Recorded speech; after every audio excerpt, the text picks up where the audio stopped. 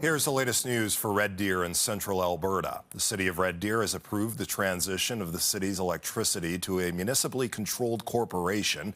This would work similarly to how EPCOR manages utilities in Edmonton.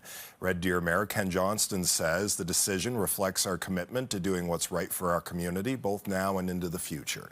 The city of Red Deer says this will strengthen long-term sustainability, improve the ability to respond to change, and provide clearer accountability.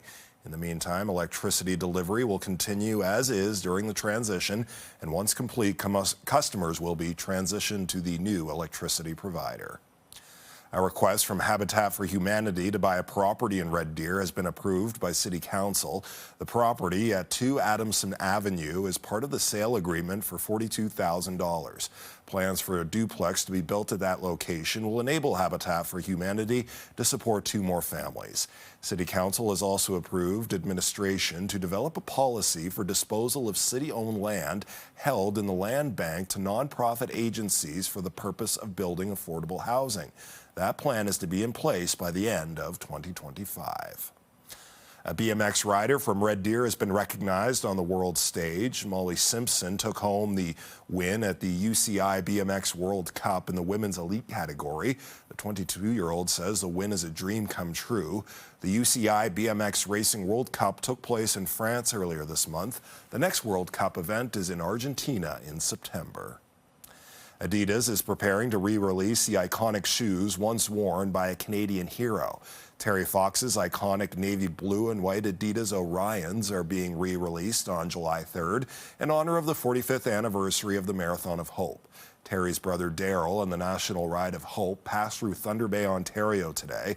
The same location Terry's Cross Canada run came to an end in 1980. As of this morning, the 7,000-kilometer ride across Canada had nearly reached its goal of raising $1 million for cancer research.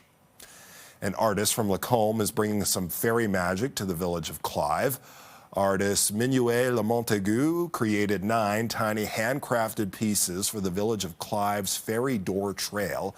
The village of Clive says the fairy doors are hidden across town in unexpected locations like tree trunks or storefronts.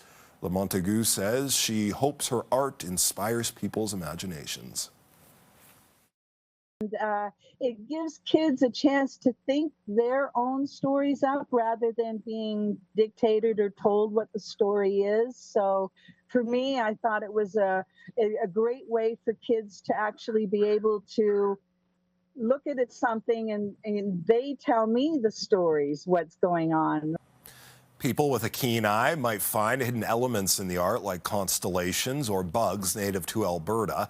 The Fairy Door Trail is free to visit and will be around all summer. For more information, you can visit lacombetourism.com.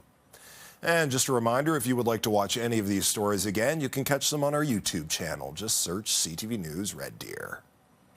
After a rainy Wednesday, it does look like the next couple of days is pretty unsettled. So Thursday, same story, a high of 22 for Red Deer, Lacombe, Stettler, and Innisfail. A little bit cooler off to Rocky Mountain House at 21. In the morning, it'll be a mix of sun and cloud, but into the afternoon hours, there's a 30% chance of rain and a risk of a thunderstorm as well. So that lasts the precipitation for the next couple of days into the weekend. Sunday looks better, a high of 24 degrees and sunshine. And as we look towards Canada Day, closer to 30 degrees. Here's a look at your 5-day forecast.